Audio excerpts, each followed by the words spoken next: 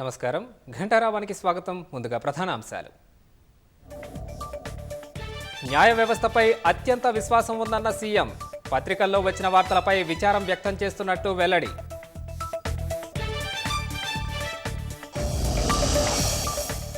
హైదరాబాద్లోని అక్రమ నిర్మాణాలపై హైడ్రా చర్యలు. రామ్నగర్లోని మణెమ్మ కాలనీలో కూల్చివేతలు.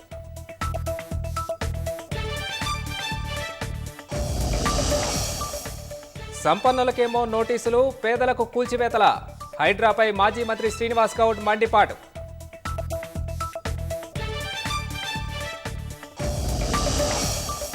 దేవాదుల ప్రాజెక్టుపై అధికారులతో మంత్రుల సమీక్ష.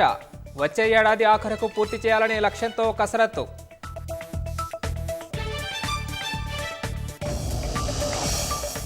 ఈక్వెడార్లోని లోజా ప్రావిన్స్లో కార్చిచ్చు బీభత్సం.